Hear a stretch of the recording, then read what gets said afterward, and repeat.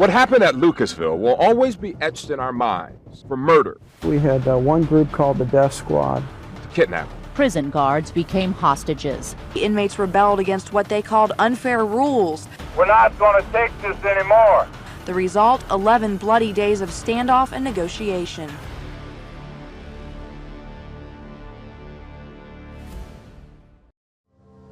In April of '93, inmates rebelled against what they called unfair rules. The result, 11 bloody days of standoff and negotiation. We had one group called the Death Squad. As soon as the riot started, there was a group of inmates that went around and sought out the snitches in the prison and killed 5 of them the first day. It became clear early on that the National Guard was needed. The FBI was then called in, and they determined a team of negotiators would be needed because prison guards became hostages. Families of guards trapped inside gathered together. They marched toward the prison in song and prayer that their loved ones would be all right. We soon learned that at least one family would never be the same. Bobby Valendingham was a guard in the L Block section of the prison at Lucasville. When the riot broke out, he fought off convicts, but he was hit in the head with a board. 4 days after being taken hostage, Valendingham's body, wrapped in a sheet, was thrown out a prison window. He had been strangled. I want them to convict these men. I want them to go to the electric chair. I want a message sent to the rest of the convicts. You can't keep doing this.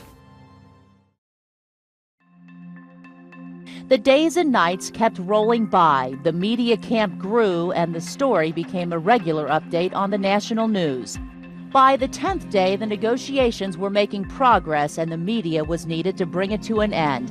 The inmates wanted the entire surrender broadcast live on television to ensure their safety. At the request of the FBI and the Ohio Department of Corrections, we were asked to do a marathon broadcast. We described the scene as groups of 20 inmates at a time walked out. There were hundreds of inmates, so the surrender took hours. Our photographers, standing in the freezing rain, had to keep shooting because leaders of the uprising were monitoring televisions on the inside. It was a slow but smooth process. Each group of surrendering prisoners was placed on buses and taken to other facilities around the state.